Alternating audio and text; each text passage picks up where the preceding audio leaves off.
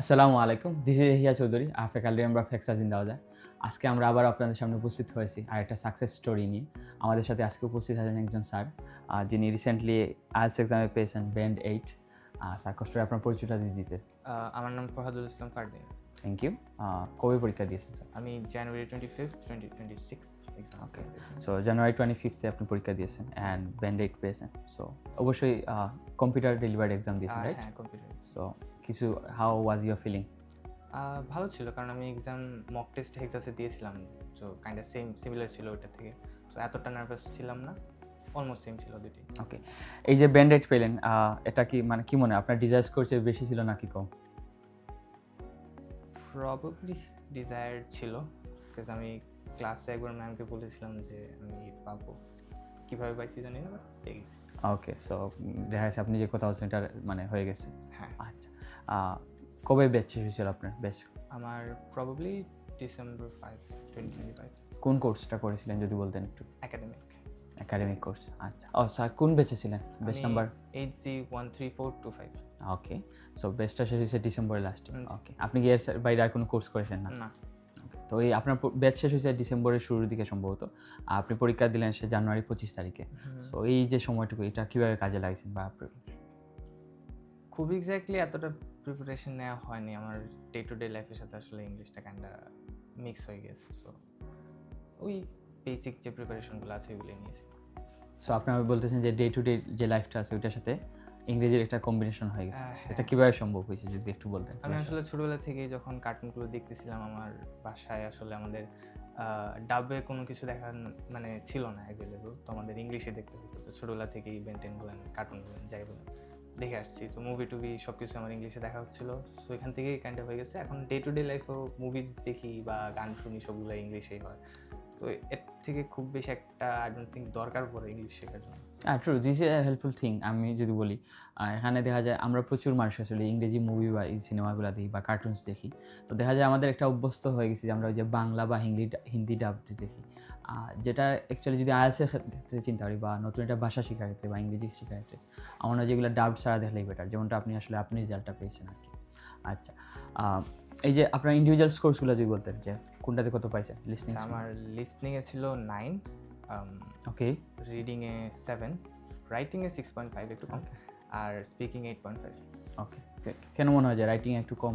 6.5 আপনার কেন স্কোরটা পেলেন? কারণ আমি প্র্যাকটিস করিনি, কারণ একদমই করিনি।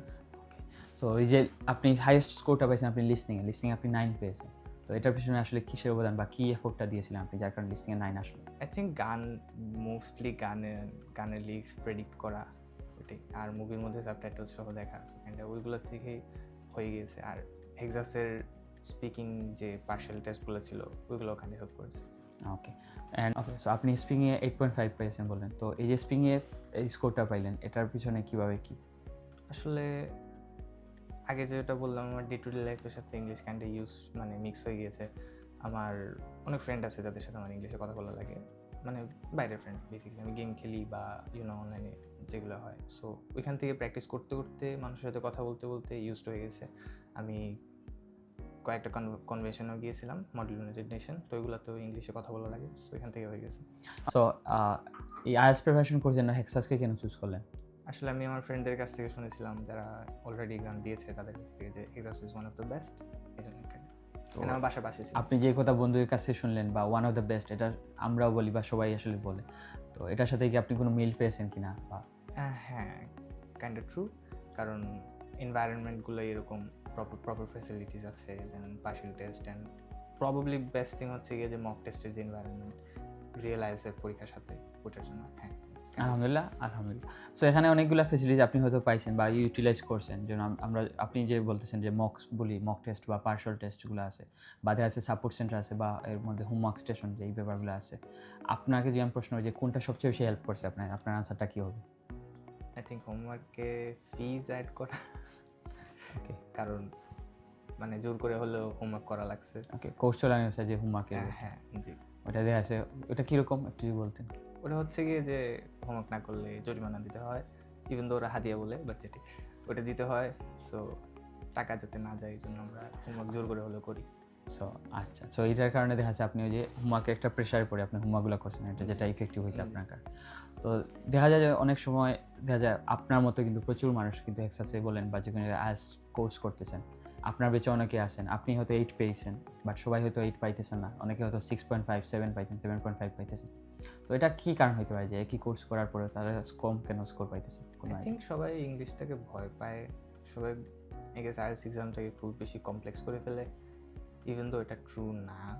কারণ আইএলটিএস এক্সামে আসলে আমাদের কোনো একটা স্পেসিফিক বিষয়ের উপর কতটুকু জ্ঞান আছে আই ডোন্ট থিঙ্ক ওটা জানতে চায়। জাস্ট আমাদের ডে টু ডে লাইফের বেসিক ইংলিশ জানতে চায়, যেটা আমরা বললে বুঝতে পারে মানুষ, সামনের জন মানুষ যেহেতু বুঝতে পারছে যে জিনিসটা, অতটুকুই জানতে চায়। বাট আই থিঙ্ক আমরা একটু বেশি খুব বেশি কমপ্লেক্স করে ফেলি, খুব বেশি কমপ্লেক্স ওয়ার্ড অ্যান্ড হাবিজাবি ইউজ করি আমরা।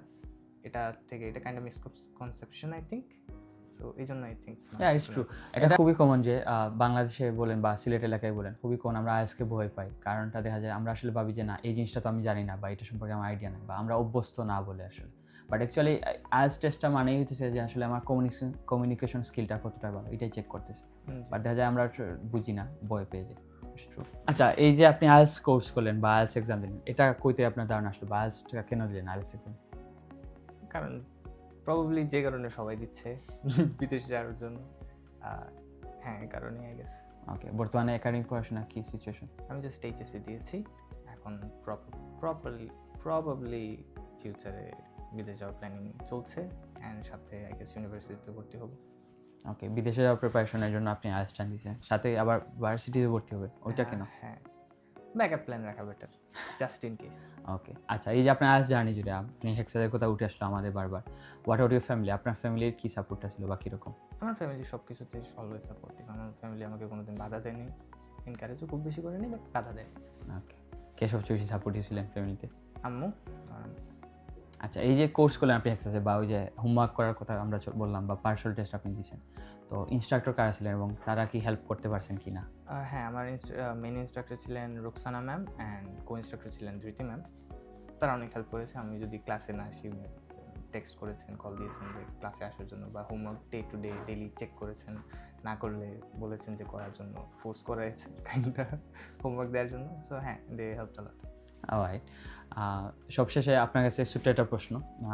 এই যে আপনি ব্যান্ড-এইড পেয়েছেন, তো আপনি জানুয়ারি 25 তারিখ এক্সাম দিয়েছেন এবং সামনে আমাদের প্রচুর স্টুডেন্টসরা এক্সাম দিবেন। তো তাদের প্রতি আপনার কোনো সাজেশন আছে? অনেকে কিন্তু ড্রিম দেখেন যে না, 8 পাওয়া লাগবে আমার বা আমি 8.5 পাইবো। তো তাদের প্রতি আপনার কোনো সাজেশন যদি থাকে? সাজেশন বলতে আই থিঙ্ক ভয় না পাওয়া, বিকজ এতটা হার্ড না যতটা মানুষ কমপ্লেক্স করে। সো আই গেস ভয় না পেয়ে রেজিস্ট্রেশন করে প্রপারলি সুন্দর মাথায় এক্সাম দেওয়াটাই আই থিঙ্ক এর থেকে বেশি অ্যাডভাইস আমার ক্যাপাবিলিটিতে নেই, hopefully. Thank you Fardin sir, thank you. আপনার সময়ের জন্য অসংখ্য ধন্যবাদ। Thank you.